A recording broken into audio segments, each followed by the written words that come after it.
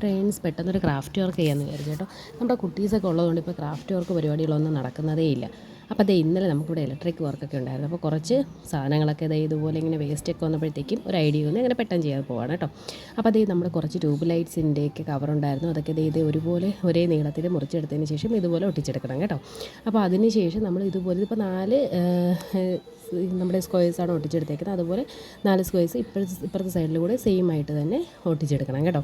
അപ്പോൾ അതിനുശേഷം നമ്മളിവിടെ ഫാനിൻ്റെ കവറുണ്ടായിരുന്നു. അത് ഞങ്ങൾ ബേസായിട്ട് എടുത്തേക്കുവാണേ. ഇത് മിൽക്കി മിസ്റ്റിൻ്റെ തൈരിൻ്റെ ഒരു ബേസാണ് കേട്ടോ. അപ്പോൾ ആ പാത്രം എടുത്ത് ഞാൻ ഇതുപോലെ ഒട്ടിച്ച് വെച്ചേക്കുവാണേ. അപ്പോൾ ഇത് രണ്ടും ഇതിപ്പോൾ ഞാൻ ഗ്ലൂ ഗൺ ഉപയോഗിക്കുന്നതെന്ന് വെച്ചാൽ ഞാൻ പണ്ട് ഫെവിക്കോളൊക്കെ ആയിരുന്നു യൂസ് ചെയ്തിരുന്നത്. ഇപ്പോൾ കുഞ്ഞു ബേബീസൊക്കെ ഉള്ളതുകൊണ്ട് പെട്ടെന്ന് ഒട്ടിയെടുക്കണമല്ലോ. ഇപ്പോൾ നമുക്കങ്ങനെ വെയിറ്റ് ചെയ്തിരിക്കാനുള്ള ടൈം ഇല്ലാത്തതുകൊണ്ടാണ് ഞാൻ ഗ്ലൂ ഗൺ യൂസ് ചെയ്യുന്നത്. ഗ്ലൂ ഗൺ യൂസ് ചെയ്യുമ്പോഴത്തേക്ക് ശ്രദ്ധിക്കണം കേട്ടോ, അറിയാമല്ലോ നിങ്ങൾക്ക്. അപ്പോൾ അതിനുശേഷം ഞാൻ കരുതി ഇങ്ങനെ ഒട്ടിച്ചപ്പോൾ ഒരു ഭംഗിക്കുറവുള്ളത് കൊണ്ട് അതിനൊന്ന് സൈഡ് ബോസ് ഈ ഒരു നമ്മുടെ ഫാനിൻ്റെ തന്നെ സൈഡ് എടുത്ത് ഒട്ടിക്കാമെന്ന് വിചാരിച്ചു. അങ്ങനെ ഞാൻ അതിനെ സെയിം നീളത്തിൽ 2 സൈഡിലായിട്ട് ഒട്ടിച്ചു. നമുക്ക് ഫുള്ള് നമ്മുടെ സൈഡും ബാക്കി എല്ലാ സംഭവങ്ങളെല്ലാം നമ്മൾ ഒട്ടിച്ചെടുത്തതിന് ശേഷം ഇനി പെയിൻറ്റ് ചെയ്യാണ് കേട്ടോ. അപ്പോൾ ഞാനിത് ബേസായിട്ട് ബ്ലാക്ക് കളർ കൊടുക്കാമെന്ന് വിചാരിച്ചു കേട്ടോ. ഇപ്പോൾ എൻ്റെ കയ്യിൽ അധികം പെയിൻറ്റ്സ് ഒന്നും ഇല്ല, അപ്പോൾ ഉള്ളത് വെച്ച് അഡ്ജസ്റ്റ് ചെയ്യാമെന്ന് വിചാരിച്ചു. കാര്യം നമ്മളിപ്പോൾ ഞാൻ പറഞ്ഞില്ലേ കുറേ നാളായി ക്രാഫ്റ്റ് ചെയ്തിട്ട്, അപ്പോൾ അതിൻ്റേതായ കുറച്ച് ഐറ്റംസിൻ്റെ കുറവൊക്കെ ഉണ്ടായിരുന്നു. അപ്പോൾ നമുക്ക് ഇനിയിപ്പോൾ കുറേ ക്രാഫ്റ്റ് വീഡിയോസ് നമുക്ക് ചെയ്യാം കേട്ടോ. അപ്പോൾ അപ്പോഴേക്കും നമ്മുടെ കുഞ്ഞുമണീസ് എണീറ്റ് വന്നതിൻ്റെ മടിയിൽ ഇരിക്കുകയാണ്. ഇത് ആദ്യമായിട്ടാണ് കാണുന്നത് കേട്ടോ.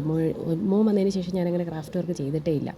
അത് കഴിഞ്ഞിട്ട് ഞങ്ങളിതേ പുറത്തോട്ടൊക്കെ ഇറങ്ങിയിരുന്ന് ബാക്കിയുള്ള പരിപാടീസൊക്കെ ചെയ്യുകയാണ്. അപ്പോൾ രണ്ടുപേരും കൂടെ അവിടെ ഇരുന്ന് കളിക്കുകയാണ് കേട്ടോ. ഞാൻ വിചാരിച്ചിട്ട് അത്ര പ്രശ്നമൊന്നും ഉണ്ടായില്ല.